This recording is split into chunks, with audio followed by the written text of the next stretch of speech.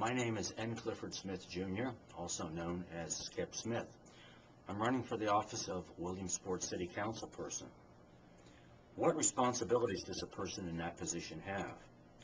Well, there are two branches to the type of strong mayor government that we locally have.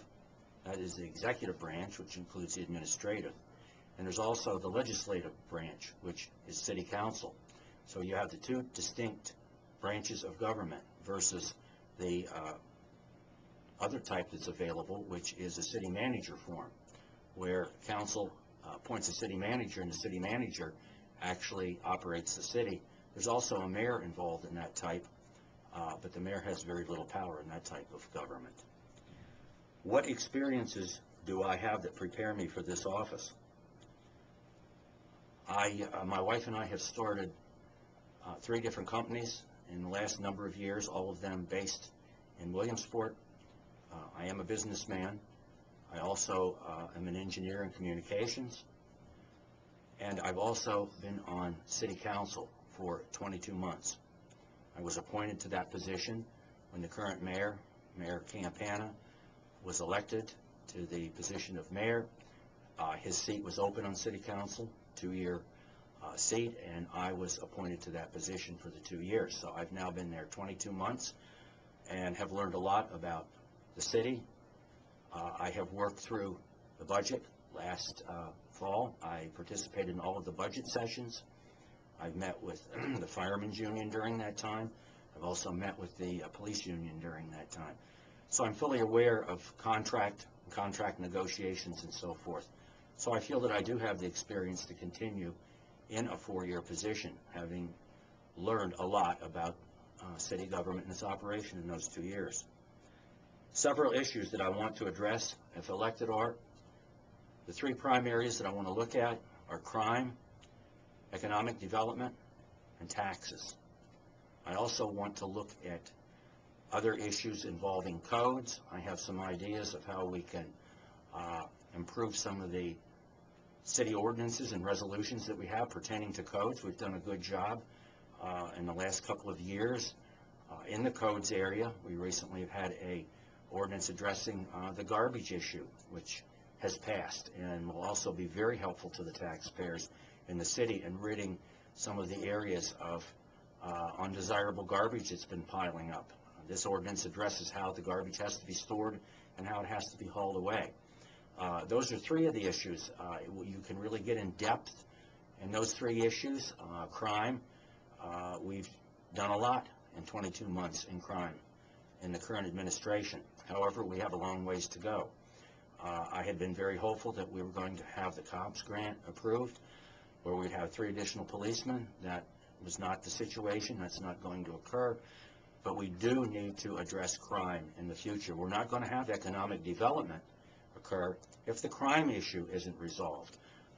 If we're perceived to be a city of heavy crime, we're not going to have businesses and industries coming to Williamsport.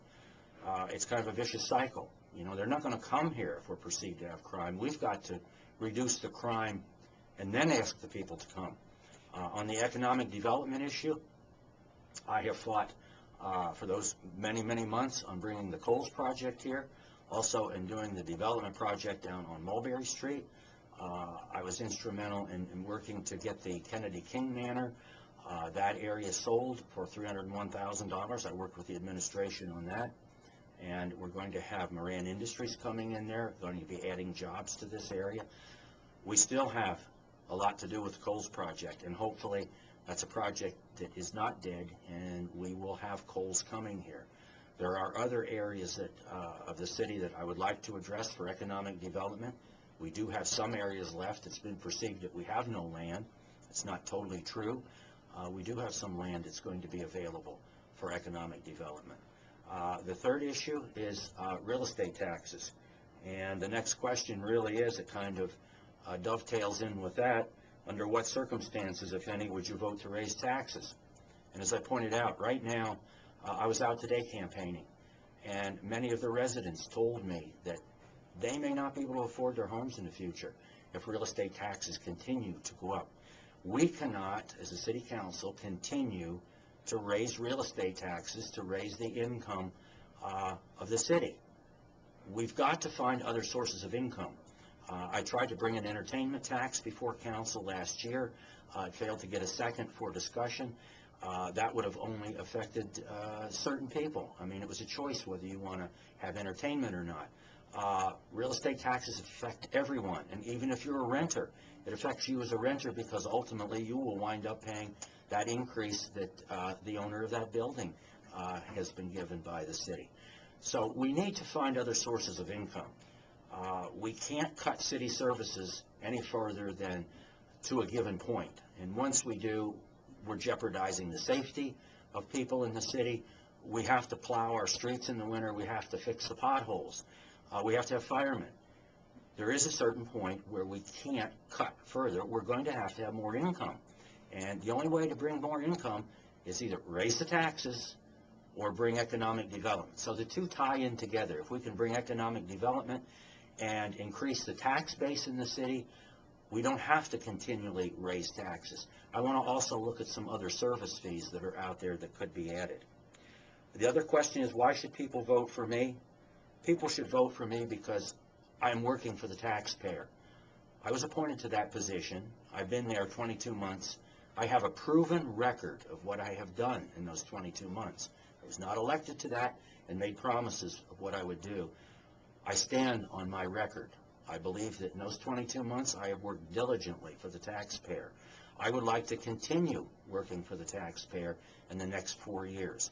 I believe I have the qualifications, the business ability, the engineering capability gives me very much of an advantage in dealing with certain city issues. I just feel that the taxpayer needs to be represented. I feel that I'm the person that can represent the taxpayer. Thank you.